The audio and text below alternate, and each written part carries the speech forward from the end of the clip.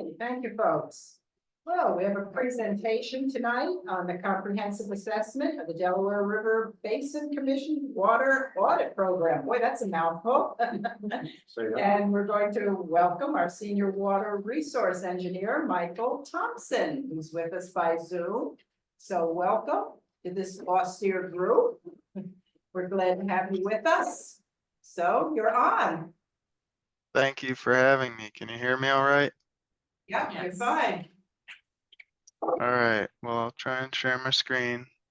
It's always fun, but we'll see.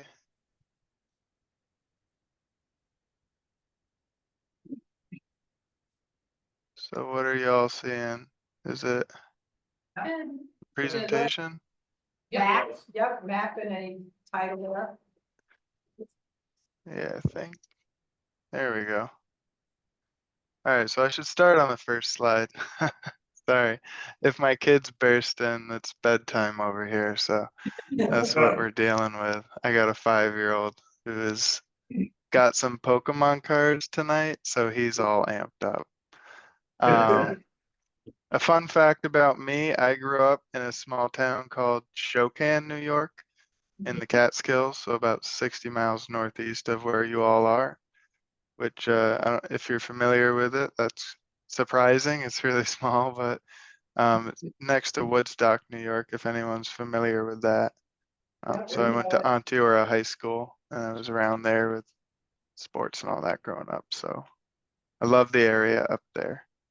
What I'm talking about today, I'm going to start off by giving some broad information on public water supply in the Delaware River Basin, and then give a little bit of background on the water audit program itself and what water audits are.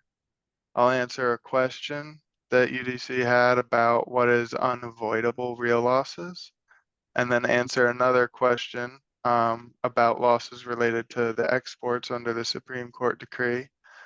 Give an overview of kind of where leakage is happening throughout the basin and try and zoom in on some upper Delaware specific context as it might be interesting to you all. So these are probably some facts you have heard. They're thrown out kind of widely in a lot of documents about the basin. It's roughly 13,500 square miles, which is only 0.4% of the US land area. And DRBC recently estimated that the population served, which is the number of people who rely on water from the basin for drinking water, is about 14.2 million people. And that's about 4% of the US population. And this graphic is basically showing a breakdown of that number of populations served, or those who are reliant on the basin for drinking water, and it's color-coded by each kind of component of the calculation. The state numbers in purple and green and red and orange are kind of straightforward in that it's just the 2020 census estimates for the population of those states, which are actually within the boundary of the basin, and that totals about 8.6 million people living within the boundary of the basin. Here's one large import of water by Chester Water Authority down in Pennsylvania, and that serves roughly like 0.2 million people. And I have a pointer somewhere. So I'm just talking about this kind of blue thing here. So that 0.2 million gets subtracted from the 8.6 because they're being served by water from outside the basin. And then finally, as most of you are aware, there's 2 large exports of water from the basin, one via New York City aqueducts, and 2 portions of New Jersey are served via the DNR Canal. So these are kind of the estimates of people served by those volumes of water, which come from their respective agencies, New York City DEP and New Jersey DEP, providing those numbers. The New York number specifically, roughly about like half the water that's served to the people of New York City is estimated to be water from the basin, and therefore like half the population gets kind of counted in that number. So when you add it up, is a massive number. If you rank all the US states by population, this number would be the 5th largest state in the country, 14.2 million people, I think, like right behind Pennsylvania. Even just considering the number of people who live within the boundary of the basin, it would be the 13th largest state. So it's a really populous area, especially when you start talking about public water supply. So just some facts about the extent of public water supply within the basin. We just noted there's about 8.6 million people who live within the boundary. Of that, it's estimated that about 7.3 million of those people live within public water supply service areas. So it's basically possible to conclude that if you live within the service area, you're being served by public water supply, and therefore about 85% of the people who live within the basin are reliant on a public water supply organization, like a municipal authority or a utility. So to this point, public water supply within the basin is just very extensive and essential in its nature. And this map on the right here is just kind of showing some population data. Basically, red dots are like more populous little squares, and that's why you're seeing a lot of population around here in Philadelphia. But all of these green areas are just public water supply service areas. So it's just kind of like everyone, especially in the middle portion of the basin, is just reliant on public water supply. And because it's so extensive and the essential nature of public water supply, it's critical to understand how efficiently this resource is managed when it comes to assessing things like sustainability or even the resilience of water supply systems. And I wanted to give a really quick background on how this water audit program started, how it came to be. The foundation research, which really standardized this concept of a water audit, quote unquote, was pushed out to the world in 2000 by the International Water Association. They published a textbook on this. And that just sparked a wave of action kind of across the globe regarding water efficiency. And by 2006, the American Waterworks Association had already endorsed using this method of the quote unquote water audit that was published in 2000. And by 2006, they developed this Microsoft Excel workbook called the Free Water Audit Software, where folks basically can enter in their own data and it runs these standard calculations that the International Water Association pushed out to the world. Between 2007 and 2009, DRBC underwent a formal rulemaking, which then required certain public water suppliers who meet certain standards to complete this AWWA free water audit software annually and submit it to DRBC. And those requirements are just suppliers who serve in excess of 100,000 gallons per day on average during any 30-day period. So if you meet that threshold, you need to fill out this report and send it to us. The first mandatory reports were due in 2013, and that had data on 2012. So when we received data on 2021, that was the 10-year mark, and we tried to push out this really comprehensive assessment of it. And to give an idea of scale for the whole basin, there's about 300 public water supply systems which meet this criteria and submit annual reports. Collectively, they report about 29,000 miles of water main, which if you stacked it up length to length, that's enough to circle the entire Earth. And those are just mains. That's not even like service connections.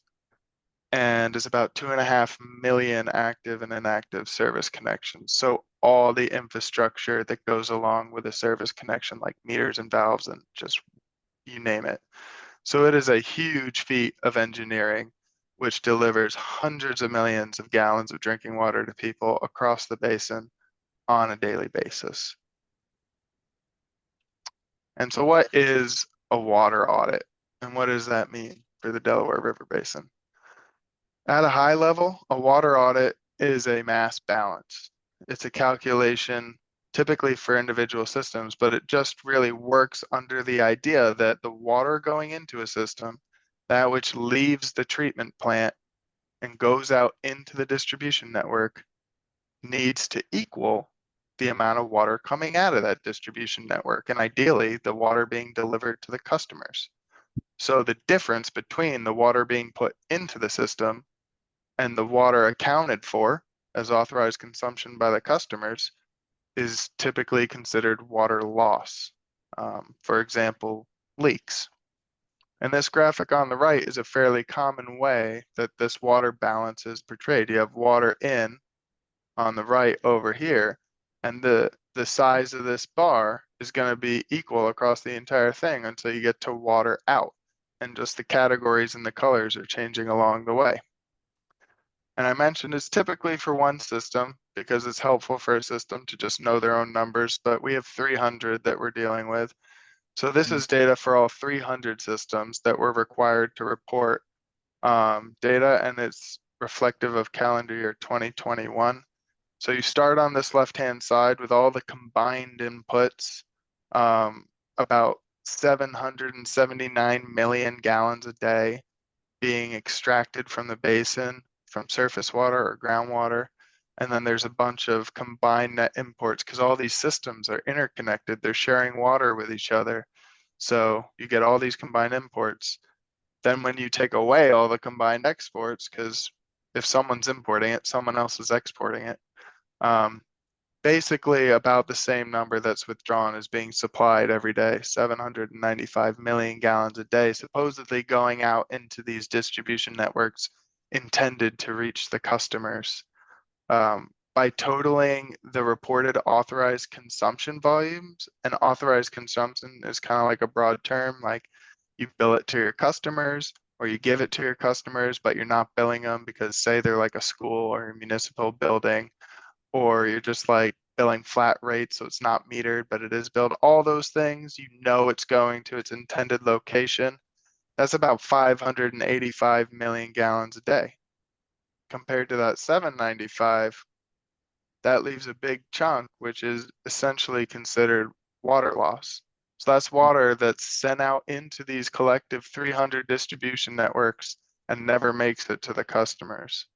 And in case you all are trying to pull out your phones and use calculators and whatnot, it's about 26% of the water supplied that's sent out never makes it to its intended target. So drilling down into that 209 number, a small volume are considered apparent losses, and this is related to things like accounting errors, or like meter accuracy. Say your meters are not registering enough. If 100 gallons go into a house and the meter says only 90 went in, it's like, well, there's something going on there. It's not really lost, but your meter is claiming it's lost. So there's those kind of things. And then the remainder are what we call real losses, and those are things like leaks. So it is a fairly large number of water that's being tagged as real losses. And you'll note that that's broken down into actually two categories. Typically, AWWA doesn't put this darker blue UARL value on the bottom, but that stands for unavoidable annual real losses. And that's about 41 million gallons per day. And specifically because you asked about it, I'm going to take this moment to get all sciencey. So just bear with me for just a moment. UARL, unavoidable annual real losses. It's a theoretical calculation, right? So it's not something that's measured, it's calculated. And it's based on system physical characteristics. So the length of mains you have in your system, the number of connections you have in your system, the length of service piping you have in your system, and what pressure you're operating at. So none of those things you'll notice have anything to do with like 1 million gallons per day, right? They're all your physical infrastructure. And when you run this calculation, it's estimating the volume of water which is gonna leak out of that system, regardless of how much money you throw into your leak detection and repair program or how you're operating your system. It's just a fact that all systems are gonna leak, and this is trying to somehow quantify that. So going back to where this started, it was a lot of research starting in the 1990s. I'm gonna skip all that. In 1999, a smart guy named Alan Lambert, who is a researcher out of the UK, was doing research as part of a UK program to kind of revamp their water loss standards. And he published a paper on UARL. And he did this by estimating unit rates of water leakage in systems for three kinds of leaks. He said there's three ways that water are going to leak out of your system. There's background losses, things that are like you have little drips at joints because the welding wasn't good or PVC wasn't glued right or meters are just old, they're just dripping and leaking. So you have background leaks, which are really hard to find. It's just kind of all over your whole network. You have reported bursts, which usually will make it into the news if you have a giant geyser blowing out of a street and people are running around and screaming.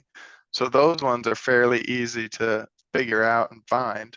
And then you have unreported bursts, things like pinhole leaks, or if a rock is in the sand bed and it like pokes through the pipe and it's just this kind of small leak. So three general ways the systems are going to leak. And then he said, well, there's three locations that these leaks are going to happen. It's going to happen on the mains, it's going to happen at the service connections, and it's going to happen at, I guess, your meters. So like the other components. So you have three ways it happens, and you have three locations it happens. He developed these kind of unit rates based on data from 27 systems across the globe who are operating like very efficiently. And he basically took these numbers saying, well, mains are leaking about this rate for background, that rate for reported bursts, and that rate for unreported bursts. I get an 18, I throw it in my equation. So it wasn't like some random plot, it was really thought out in a rational way. And he created this equation that we use, and now we just run that based on the physical characteristics of the system. And we say, well, if you're doing everything you can, you're still gonna leak about this rate. So don't feel bad. Then there's this other parameter down here, we call it the infrastructure leakage index, where you basically take the actual calculated real loss for a system, and then you compare that to this theoretical number, and it's just a ratio. So if you get an infrastructure leakage index of 2, it's basically telling you you're losing twice the theoretical minimum of water that we think you could. And it's a theoretical equation. So it's really, it's science. It's not perfect, but it has shown to be pretty good over time. So that's the UARL question. And I could always go into it more, but I just wanted to address it. So another question that was asked was about the exports of water to New York City and whether or not those were included in these calculations. And the short answer is no. The exports are not captured in that 795 million gallons a day, or 779. So I've shown on the slide here that on the left, we have withdrawals by the 300 public water supply systems within the audit program, about 779 MGD. And on the right, the out of basin diversions color coded by source. And while DRBC is not requiring an audit on system efficiency, that's not to say that no one is looking at it. In fact, New York City DEP included a screenshot of their own 2021 water audit in the document that I have referenced here on the slide. So you can scan a QR code of the PowerPoint later and you can get to the report. In that report, and these are back of the envelope calculations I'm gonna throw out verbally here, it indicates that roughly 58,000 million gallons of water are lost per year. And if you assume half of that is DRB water, that would be about 29,000 million gallons per year, which is about 79 million gallons per day. And that's about 43% of the water loss that's experienced by the 300 systems in the water audit program. As for the New Jersey water audits, the New Jersey systems, we don't really get water audits for the private companies using the water out of the DNR canal, so I can't really speak to it very well. anecdotally, I think we've gotten like 1 or 2 in the past, but it's not a requirement or a recurring thing. Can I just ask how I'm doing on time? Because I wasn't paying attention in the beginning. Anyone out there? Keep going. I think he's getting this. You're good. I'm good. You're all right. All right. I just wanted to check. So another question was, where is the water being lost in the basin? The short answer is everywhere. As we noted before, all systems leak. There's so many ways to look at the data, mainly because there's so many variables which change between system to system. For that reason, anyone who's interested, I would encourage you to look into the report. It's all bookmarked as a PDF. You can kind of skip around in there, but I've tried to give here a simple view of where real losses are occurring, i.e. the leaks. And this chart is presenting data by system class, and we've called system classes by the number of connections. So a very small system, for example, would have less than 1,000 connections, whereas a very large system would have greater than 20,000 connections. And a small would then be 1,000 to 5,000. So looking at this data, of course, the systems which supply the most water have the largest volume of leaks because they're also moving the most water through the pipes. And that's really standing out here by this blue bar here. You'll note it's 15 systems in the basin that are supplying about water to 4 million people, and it does account for about 80% of the leaks.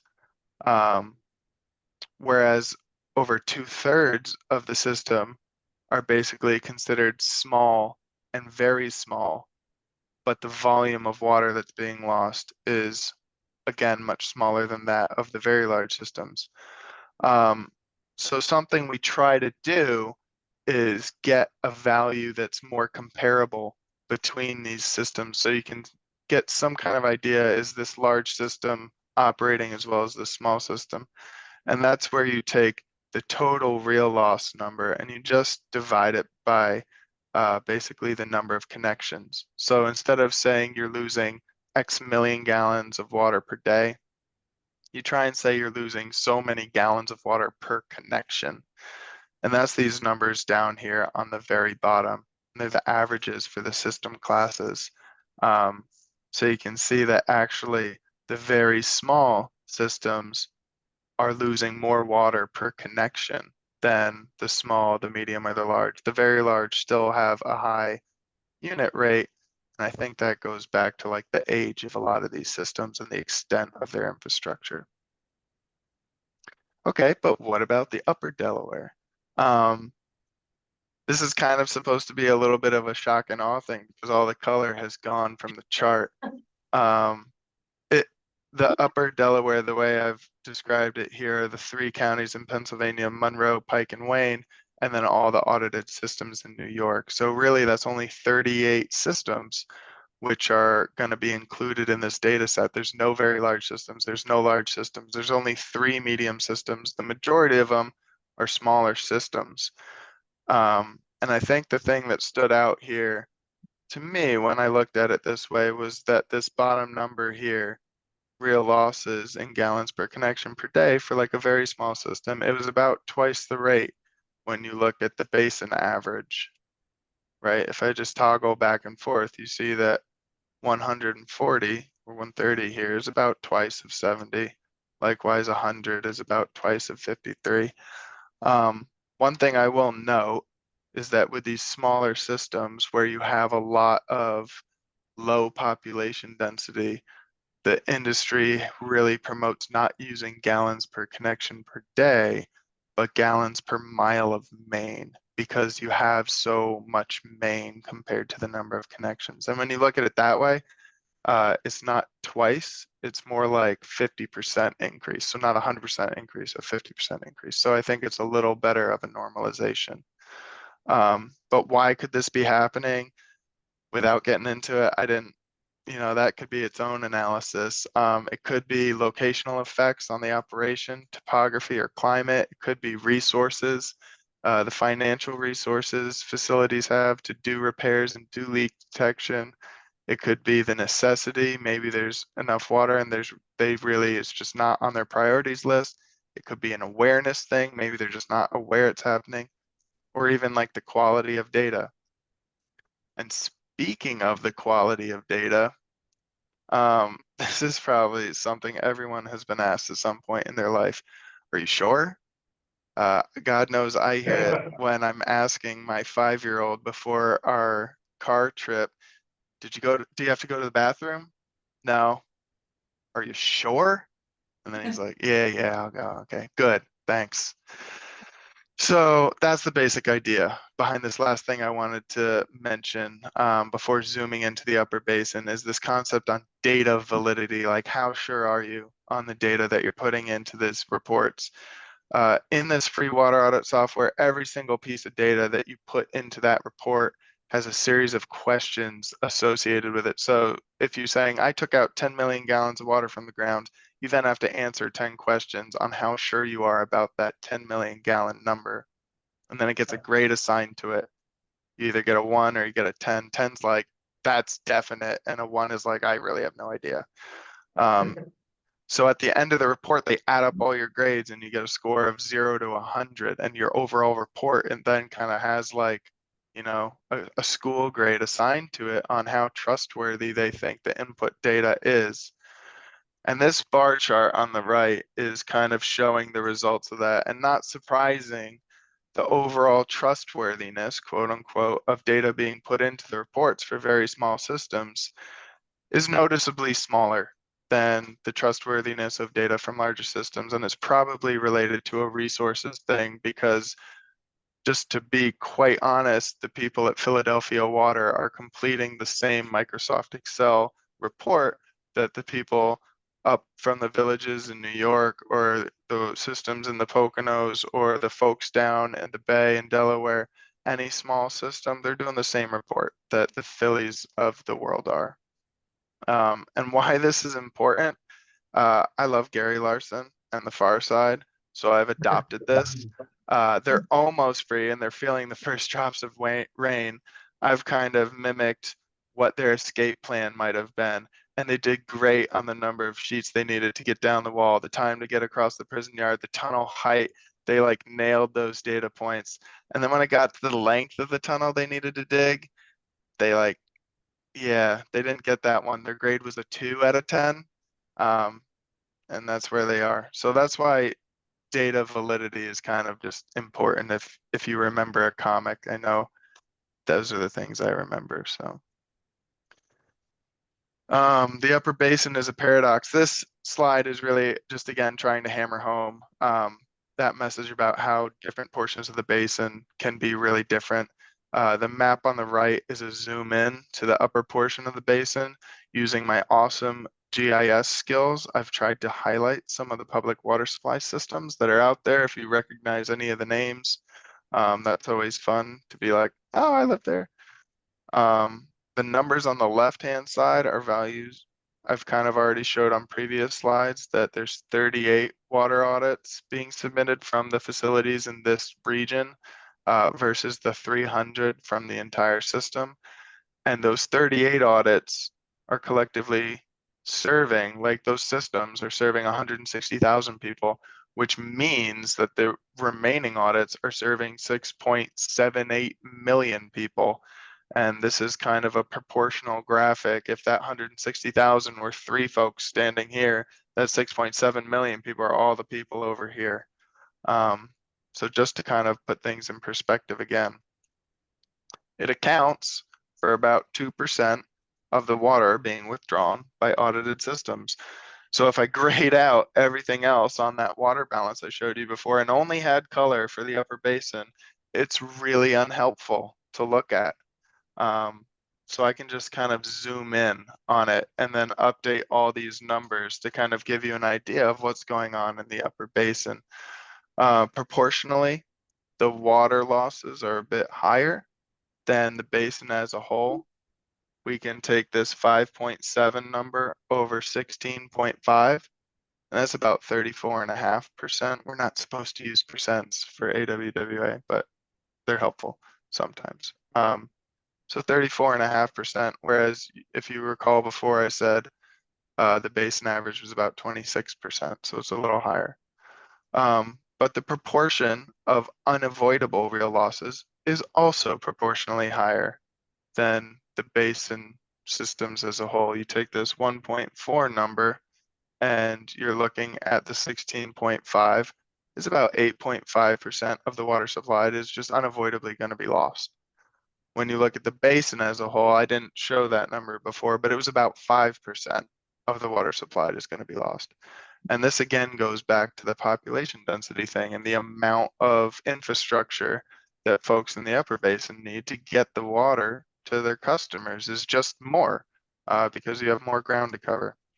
So a few things to keep in mind: population density affects system infrastructure needs, like how many miles of main per person you need, and that's going to affect loss rates. Elevation changes affect operating pressures, which affect loss rates, because you all up in the Appalachian Plateau have what I like to reminisce as mountains. Whenever I drive up, I'm like, that's what elevation looks like. As down on the bay, it's flat. You don't have to deal with those pressure differentials. So topography is a big one. Resources scale with size, but the audit does not, right? So again, these very large systems they have resources that smaller systems might not have, and then that gets into data reliability. And this is an aggregate of data. This is not reflective of individual systems. So just to kind of call out those things. Why is this important overall? What's it telling us? Essentially, we can't know what is recoverable if we don't know what is being lost. From a utility perspective, lost water is treated and therefore it's lost revenue, right? So any treated water recovered or leaks fixed such that you treat less water is money saved. Additionally, the cost of supplying water is then passed on to a utility's customer base via their water bill. So saving money at the system level can ultimately, hopefully, pass through to the customers. From a planning perspective, it's about sustainable use of water resources and planning for system resilience. Now, what does that mean? It might mean, or it might look like less water being taken out of a stream or ground being left for other purposes, such as ecological needs. It might look like a system avoiding installation of additional wells to meet demand and passing those costs on to their customers because they've reduced their water losses. Or it might look like a system which has enough water during a repeat drought of record because they're operating efficiently. I guess one last tiny note is that, again, for every kilowatt of energy put into treating and moving water into the distribution network to get it out to the customers also has a carbon footprint associated with it because you're using energy, right?